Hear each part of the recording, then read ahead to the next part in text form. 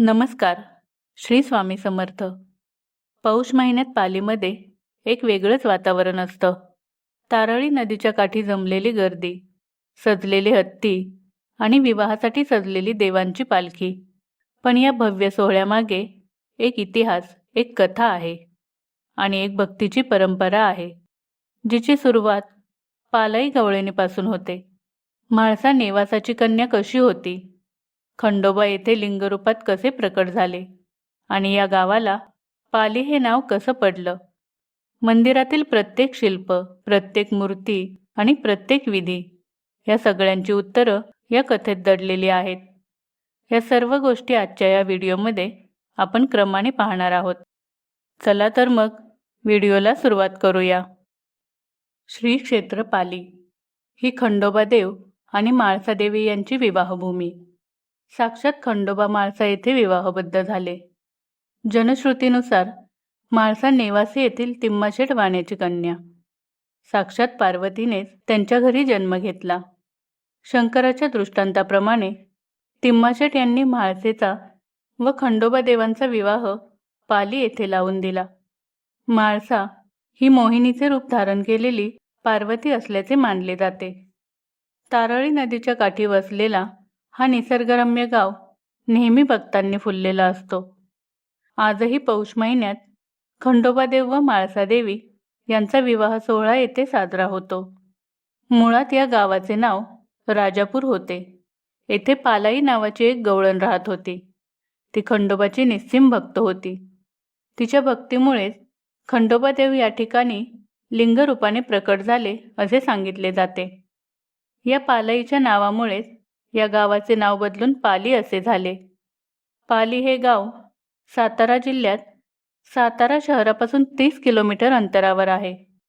सातारा कराड मार्गावरील अतित व काशीळ या गावावरून येथे जाता येते. गाडी रस्ता थेट मंदिराच्या दक्षिणद्वारात पोहोचतो.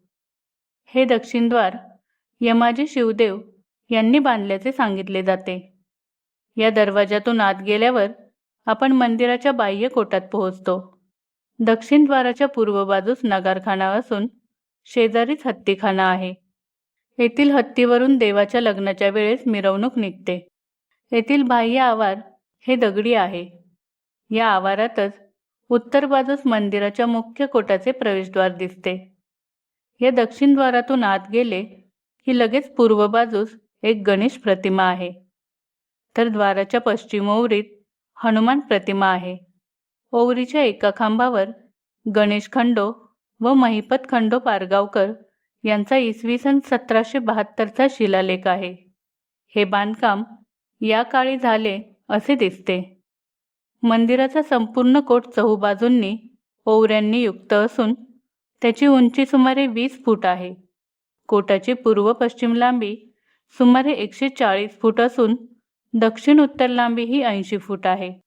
कोटास दक्षिण, पूर्व, उत्तर असे दरवाजे आहेत. या कोटाचे बांधकाम जाधव, घोरपडे इत्यादी सरदारांनी केल्याची जनश्रुती आहे. कोटाचे पूर्व बाजूत जो दरवाजा आहे हा जुना मुख्य दरवाजा आहे.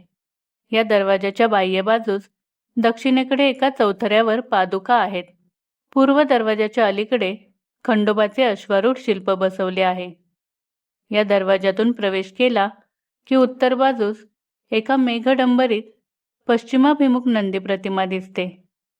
या नंदी मंडपीच्या पुढे शेजारी एक खंडोबाचे मंदिर आहे. यतिमूर्ती ही बैठी व चतुर्मुख आहे. यापुढे दिसतो तो पूर्वाभिमुख मंदिराचा 16 खांबी मंडप. या मंडपाचे सर्व खांब पितळी पत्र्याने मडवलेले आहेत. त्यावर काही चित्रे काढलेली आहेत. येथे फरशीवर धनाजी बिन संताजी जाधव असा लेख आहे. मंडपाचे पश्चिमेस मुखमंडप असून या मंडपात दक्षिण बाजूस गणेश प्रतिमा आहे. तर उत्तर बाजूस एक छोटा दरवाजा आहे. मध्यभागी गर्भगृहाचा मुख्य दरवाजा आहे. येथील फरशीवर पडलोजी आबा बिन बावसेठी करदोई असा लेख आहे. गर्भगृहाच्या दरवाजाच्या उंबऱ्यावर एक स्त्री मुखवटा असून हा पालाई गवळणीचा आहे. हिच्यामुळेच देव येथे आले तिचे हे स्मारक. गर्भगृहात खंडोबा व म्हाळसा यांची द्विलिंग आहेत. या लिंगापुढे तिवईच्या आधारे गादीवर मुखवटे ठेवून सजावट केलेली दिसते. यामागे महिरप ठेवलेली आहे. तिच्या पाठीमागे एक पितळी घोडेस्वाराची पत्नीसह मूर्ती आहे. ही खंडोबा म्हाळसा यांची असावी, पण ती हेगडीची असल्याचे सांगतात. दक्षिण बाजूस उत्तराभिमुख देवळीत बाणाईची मूर्ती स्थापन केलेली आहे. मुख्य मंदिराचे मंडप व गाभाऱ्यावर शिखरे असून गर्भगृहाचे शिखर व मंदिराची उंची सुमारे 50 फूट आहे. या मंदिराच्या बांधकाम शैलीवरून हे मंदिर 13व्या शतकातील असावे असे अभ्यासकांचे मत आहे. मंदिराचे प्रदक्षिणा मार्गावर मुख्य मंदिराचे दक्षिण बाजूस मंदिरास खेटून एक मंडपी असून त्यामध्ये पंचलिंगाची स्थापना केलेली आहे.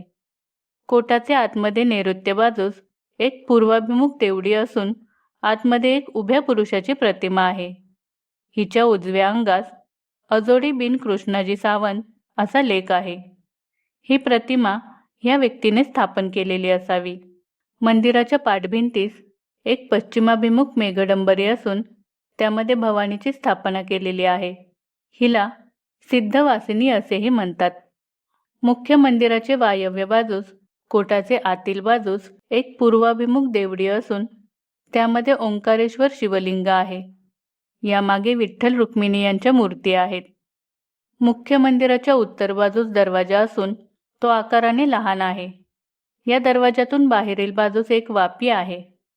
उत्तर तटाचे पूर्व बाजूस तटाला खेटून हवालदाराची स्थापना केलेली आहे. मंदिराच्या कोटापासून थोड्या अंतरावरून तारळी नदी वाहते. यात्रा उत्सवाच्या वेळी नदीचा परिसर दुकाने, यात्रेकरू व वाघ्या मुरळीच्या गायनवादनाने दुमदुमून जातो. खंडोबा म्हाळसा विवाह यात्रा. पौष महिन्यात मृग नक्षत्रावर खंडोबा म्हाळसा विवाह सोहळा संपन्न होतो. तारळी नदी व पालीचा परिसर भक्तांच्या गर्दीने भरून जातो. अनेक वऱ्हाडी देवाच्या लग्नासाठी पालीला येतात. मध्यान्नादरम्यान खंडोबा मूर्तीचे मंदिरामधून विवाहासाठी प्रस्थान होते. हत्तीवरून देव लग्नासाठी पाली गावातून निघतात आणि हा शाही सोहळा पुढे जात असताना भंडाराचे उधळणीने सारा परिसर सुवर्णमय होऊन जातो. हळदीने पिवळे झालेले भक्त, हत्ती यांचे लोभस दृश्य केवळ अवर्णनीय असते. गावाचे पेठेतून मिरवून हा सोहळा तारळी नदी पार करून जाऊ लागतो. मावळतीकडे झुकलेला सूर्य आणि सुवर्णमय झालेला समूह केवळ सोन्यासारखा वाटतो. नदीच्या पलीकडे कायमस्वरूपी दगडी भावले लग्नासाठी उभारण्यात आलेले आहेत. दरवर्षी त्यावर मंडप उभारण्यात येतो. या मंडपात मिरवणूक पोहोचते आणि खंडोबा म्हाळसा विवाह सोहळा संपन्न होतो. रात्री देवाची वरात निघते. ही वरात दुसऱ्या दिवशी सकाळी मंदिरात पोहोचते. लग्नाच्या 5व्या दिवशी पाखाळणी करण्यात येते. यावेळेस भरणारी यात्रा सुमारे 15 दिवस चालते. तर मंडळी, आजच्या या व्हिडिओमध्ये आपण सातारा जिल्ह्यातील श्री क्षेत्र पालीचा इतिहास, पालाई गवळणीची भक्ती, खंडोबा म्हाळसा विवाहाची पौराणिक कथा आणि पौष महिन्यात मृग नक्षत्रावर साजऱ्या होणाऱ्या भव्य विवाह यात्रेचा संपूर्ण सोहळा सविस्तरपणे पाहिला. तारळी नदीच्या काठी पार पडणारा हा विवाह, हत्तीवरून निघणारी देवांची मिरवणूक, भंडाऱ्याने सुवर्णमय झालेला परिसर आणि हजारो भक्तांची उपस्थिती पालीच्या या परंपरेला एक वेगळं स्थान देऊन जाते. मंदिरातील चतुर्मुख खंडोबाची मूर्ती, योनिरूप लिंगातील खंडोबा म्हाळसा द्विलिंग स्वरूप, पालाई गवळणीचा मुखवटा आणि बाणाईची देवळी या सर्व गोष्टी पालीच्या धार्मिक आणि ऐतिहासिक महत्त्वाची ओळख करून देतात.